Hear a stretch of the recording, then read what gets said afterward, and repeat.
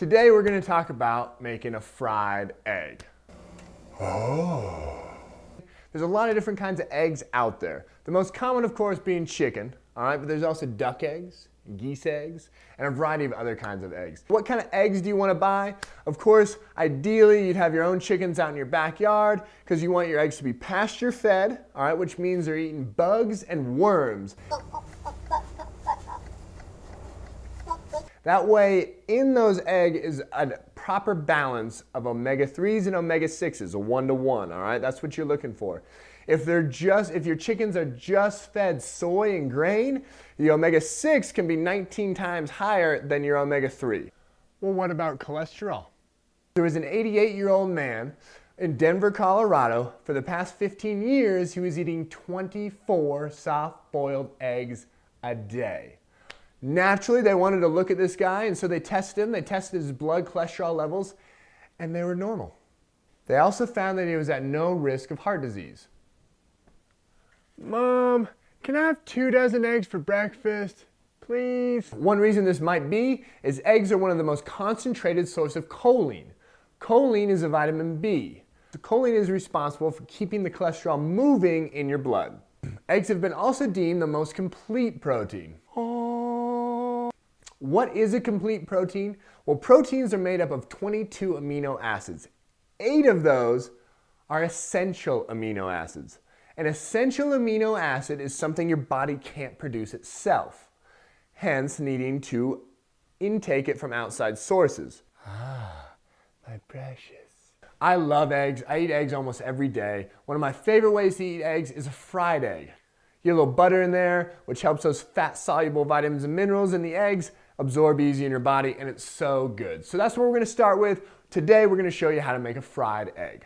You're going to want to get a stainless steel or a cast iron pan with a heavy bottom.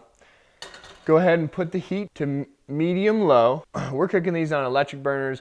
Ideally, you'd want these on a gas burning stove. If you want to learn more about cooking process, check out Paul Pitchford's Healing with Whole Foods. So now we're just going to want to melt this pasture butter right on in there. Butter is a good thing, especially this pasture raised. Helps make it so it doesn't stick. It also helps make it so that these eggs can be absorbed in your body. All right. So once that butter's melted, then take your egg and crack it right on in there. Be careful not to break the yolk, because I don't know about y'all, but I love my yolks whole.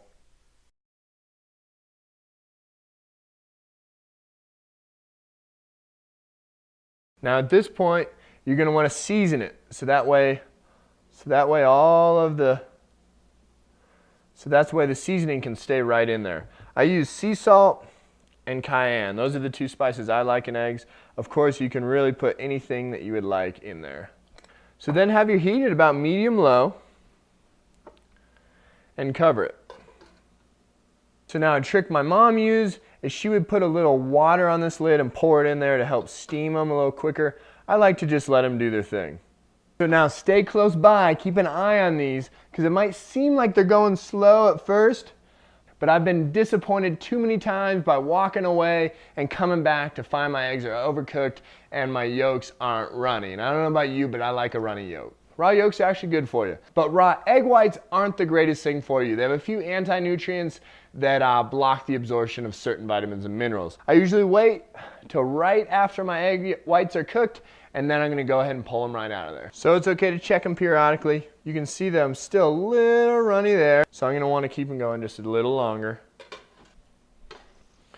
The whites are cooked all the way through, and the yolk is starting to get cooked. So this is the time we want to pull it off. If you want to go for your all-in-one flip, awesome. Sometimes I section them off depending on how the yolks are, so I make sure to keep my yolk intact. I'm going to go ahead and cover these with a plate to keep them warm. I'm a big fan of the 1 pot or 1 pan meal, so I'm going to cook these beet greens right up in here right after in the same dish that I cooked the eggs in. The water in the beet greens is actually going to help kind of loosen up some of those crusted parts of the egg that got on the pan and even make it easier to clean. And this way I only have 1 pan at the end of the day to clean, but I have fried eggs and beet greens. With any dark, leafy green vegetable, they're very good for you, but you want to cook them to neutralize the oxalic acid, an anti-nutrient that affects your uptake of vitamins and minerals. So there we go. Now we have beet greens. We can add those with our eggs. Add a little sauerkraut. Pour yourself a glass of beet kvass. There we go. Now we have a nice vitamin, protein, enzyme, and fat-rich meal that is a real good way to start your day. I'm really excited right now. There's our beautiful, delicious egg.